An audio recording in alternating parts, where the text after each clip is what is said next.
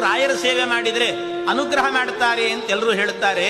ನಾನು ಸೇವೆ ಮಾಡಿದ್ರೆ ನನಗೆ ಅನುಗ್ರಹ ಮಾಡಿಲ್ಲ, ನಿಮ್ ಭಕ್ತನಿಗೆ ಸ್ವಲ್ಪ ಹೇಳ್ರಿ ಅಂತ ಒಂದು ಪತ್ರ ಬರೆದು ಹುಂಡಿಗೆ ಹಾಕಿದ್ರಂತೆ. ಆವತ್ತಿನ ದಿವಸ ರಾತ್ರಿ ತಿರುಪತಿಯಲ್ಲಿ ಶ್ರೀನಿವಾಸ ದೇವರೇನೆ ಆ ವ್ಯಕ್ತಿಯ ಕನಸಲ್ಲಿ ಬಂದ್ರಂತೆ. ಅವನ ಕನಸಲ್ಲಿ ಬಂದು ಕೇಳಿದ್ರಂತೆ, ಯಾಕೆ ಹೀಗೆ ಮಾಡಿದ್ದಿ? ಅಲ್ಲ, ಮತ್ತೆ ಸೇವೆ ಮಾಡಿದ್ರೆ ನನಗೆ ವರವೇ ಕೊಟ್ಟಿಲ್ಲ ರಾಯರು. ರಾಯರನ್ನೇ ಕರೆಸಿದ್ರಂತೆ ಕನಸಲ್ಲೇ. ರಾಯರು ಕರೆಸಿದ್ರಂತೆ ಶ್ರೀನಿವಾಸ ದೇವರು, ಬನ್ನಿ ರಾಯರೇ ಅಂತ. ರಾಯರು ಬಂದ್ರಂತೆ. ಯಾಕೆ ಇವನಿಗೆ ಅನುಗ್ರಹ ಮಾಡಿಲ್ಲ ನೀವು ಅಂತ ಕೇಳಿದ್ರಂತೆ. ಅದಕ್ಕೆ ಇಲ್ಲ ಸ್ವಾಮಿ, ನನಗೆ ಸೇವೆ ಮಾಡಿದ್ರೆ ಅನುಗ್ರಹ ಮಾಡ್ತೀನಿ ಅಂದ್ರಂತೆ.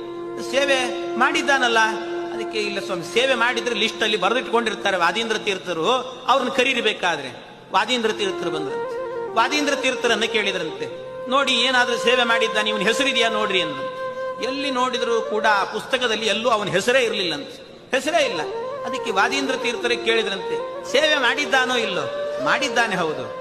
ಮತ್ತೆ ಯಾಕೆ ಹೆಸರು ಬರೆದಿಲ್ಲ ಅಂದ್ರೆ, ಅದಕ್ಕೆ ಹೇಳಿದ್ರಂತೆ, ಎಲ್ಲಾ ಸೇವೆ ಆದ ನಂತರ ವಾದೀಂದ್ರ ತೀರ್ಥರಿಗೆ ಒಪ್ಪಿಸಿ ಹೋಗ್ಬೇಕಂತ.